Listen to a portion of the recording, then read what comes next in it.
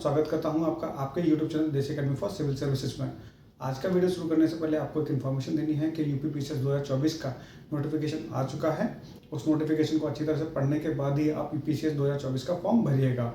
और इस फॉर्म को भरने के लिए OTR करना बहुत ज़रूरी है। जिन लोगों ने OTR कर लिया है वो डायरेक्ट फॉर्म भर सकते हैं, और जिन लोगों ने अभी तक OTR नंबर नहीं लिया है वो OTR नंबर लें, उसके बाद इस फॉर्म को भरें और ध्यान से और अच्छे से पढ़िएगा। और हमारे वीडियो को देखते रहिएगा ताकि है ना आप यूपी पीसीएस का जो रास्ता है उसको अचीव करने का वह आसानी से प्राप्त कर सकें। तो चलिए शुरू करते हैं आज का वीडियो। आज के वीडियो का टॉपिक है प्रायद्वीपीय भारत की वे नदियाँ जो कि अरब सागर में या खंबात की खाड़ी में अपना जल गिराती हैं।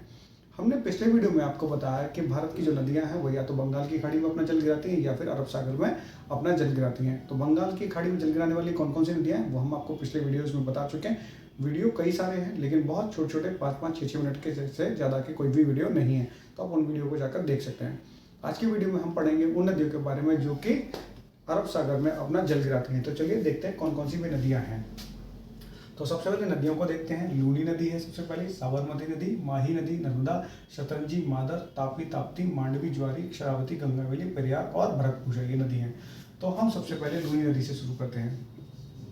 लूनी नदी जो है यह राजस्थान के अरावली पर्वत से निकलती है। राजस्थान के अरावली पर्वत से निकलती है और गुजरात के कच्छ में जाकर गुजरात के कच्छ के रन में जाकर विलीन हो जाती है। कच्छ के रन में जाकर विलीन हो जाती है। गुजरात के कच्छ के रन में विलीन होने की वजह से ही इस नदी को क्या कहते हैं, मरुस्थलीय नदी भी कहा जाता है। यह जितनी भी नदियां हैं ये आपको दिखाई दे रहे हैं। इन नदियों में लूनी नदी एकमात्र नदी है जो कि अरब सागर किसी भी सागर में अपना जल नहीं गिराती है, चाहे वो अरब सागर हो या कच्छ की खाड़ी हो, खंबात की खाड़ी हो, किसी भी खाड़ी या सागर में अपना जल नहीं गिराती है। पूछा जा सकता है कि निम्नलिखित में से कौन सी नदी ऐसी है जो कि अपना जल किसी भी सागर में नहीं गिराती है, तो उसका आंसर हो जाएगा लूनी नदी। हमारी दूसरी नदी है साबरमती नदी।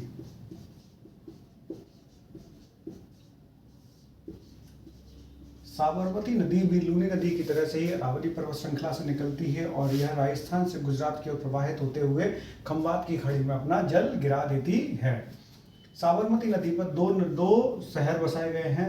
वह एक तो है गांधीनगर और दूसरा है अहमदाबाद।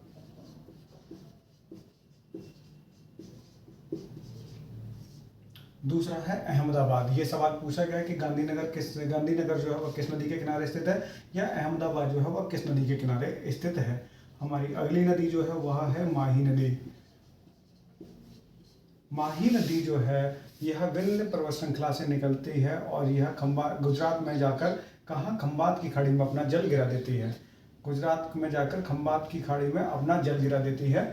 और माही नदी के बारे में एक बात प्रसिद्ध है कि माही नदी एकमात्र ऐसी नदी है जो कि कर्क रेखा को 2 बार काटती है। यहाँ हमने ये 2 पॉइंट बनाए हुए हैं। ये ब्लैक लाइन जो दिखाई दे रही है ये कर्क रेखा है, ये कर्क यानी ट्रॉपिक ऑफ कैंसर है, और यह पहली बार यहाँ से जाती है तो यहाँ से कट करती है, फिर रिटर्न होती है तब इसको कट करती है। तो सवाल पूछा जाता है कि भारत की ऐसी कौन सी नदी है जो ट्रॉपिक ऑफ कैंसर यानी कर्क रेखा को 2 बार काटती है, तो आंसर हो जाएगा हमारा माही नदी हो जाएगा। हमारी अगली नदी जो है वह है नर्मदा नदी। हमारी अगली नदी जो है वह है नर्मदा नदी।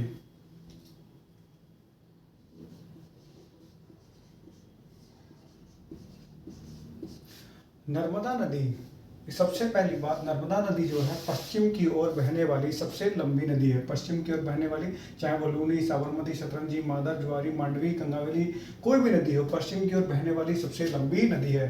दूसरा पॉइंट है यह प्रायद्वीपीय भारत की गोदावरी व कृष्णा के बाद तीसरी सबसे लंबी नदी है। यानी प्रायद्वीपीय भारत की जो सबसे लंबी नदी है वो गोदावरी है, उसके बाद कृष्णा है, और तीसरी सबसे लंबी नदी जो है वह नर्मदा नदी है।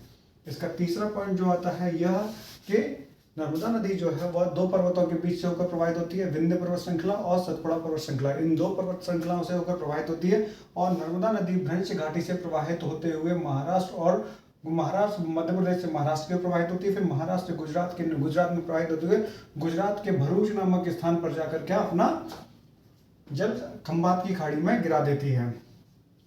चौथा पॉइंट है कहना कि नर्मदा नदी की उत्पत्ति जो होती है वो विंध्य पर्वत श्रृंखला के मैकाल पर्वत से विंध्य पर्वत श्रृंखला का जो मैकाल पर्वत है उसके ऊपर एक चोटी है, वह है अमरकंटक चोटी। अमरकंटक चोटी से होती है और वहां से यह पश्चिम की ओर प्रवाहित होते हुए गुजरात के निकट क्या जाके अपना जल खंबात की खाड़ियों में गिरा देती है। पांचवा पॉइंट है, नर्मदा नदी जो है वह डेल्टा का निर्माण नहीं करती है, वह एस्टरीज का ही निर्माण करती है। बताएंगे क्यों करती है, एस्टरी का निर्माण करती है। छठवां पॉइंट है, सवाल पूछा गया है कि कौन सी नदी है जो भ्रंश घाटी से होकर प्रवाहित होती है। नर्मदा नदी भ्रंश घाटी से होकर प्रवाहित होती है।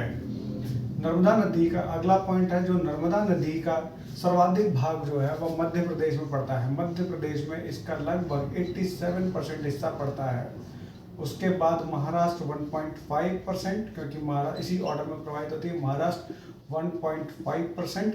उसके बाद आता है गुजरात। गुजरात हो जाएगा 11.5% हो जाता है। सर्वाधिक भाग इसका मध्य प्रदेश में बहता है, इसीलिए मध्य प्रदेश की जीवन धारा कहा जाता है। किस नदी को? नर्मदा नदी को कहा जाता है। नर्मदा नदी का जो नर्मदा नदी है मध्य प्रदेश में एक जगह है भेड़ाघाट, जबलपुर के पास में है एक जगह है भेड़ाघाट। नर्मदा नदी जबलपुर में भेड़ाघाट पर एक जलप्रपात का निर्माण करती है जिसका नाम है धुआंधार जलप्रपात। धुआंधार जलप्रपात, या जिसे कपिलधारा जलप्रपात भी कहा जाता है। कपिलधारा जलप्रपात भी कहा जाता है। कपिलधारा वाटरफॉल भी कहा जाता है। ये पूछा गया है कि धुआंधार जलप्रपात किस नदी पर बना हुआ है या कपिलधारा जलप्रपात किस नदी पर बना हुआ है, तो वह है नर्मदा नदी पर ही बना हुआ है। एक और फैक्ट है इसमें कि विंध्य पर्वत श्रृंखला की जो मैकाल पर्वत है उसकी अमरकंटक चोटी से दो नदियां प्रवाहित होती हैं। एक उत्तर की ओर प्रवाहित होने वाली सोन नदी है जो कि गंगा की सहायक नदी है, और दूसरी नर्मदा नदी है जो कि कहां पर? खंबात की खाड़ी में जाकर अपना जल गिरा देती है। तो ये हो जाता है नर्मदा नदी। इसके बाद गुजरात की दो अन्य नदियां हैं, सतरंजी और मादर नदी है। ये भी किसमें? अरब सागर में ही अपना जल गिराती हैं। और इनके बारे में सिर्फ इतना ही पूछा जाता है कि सतरंजी नदी कहाँ पर स्थित है और मादर नदी कहाँ पर स्थित है, कहाँ पर है, किस राज्य में स्थित है। यही से दो सवाल पूछे जाते हैं इसके। इस तरीके से हम अपना आज का वीडियो खत्म करते हैं, क्योंकि हम अपने वीडियो का साइज बहुत छोटा रखना चाहते हैं जिससे कि हमें जल्दी से देखें और जल्दी से समझ सकें। इसके अगले वीडियो में हम बची हुई नदियों के बारे में बात करेंगे आपसे। अगर आपको हमारा ये वीडियो पसंद आ रहा है तो इस वीडियो को लाइक करें, शेयर करें, सब्सक्राइब करें और कमेंट करें।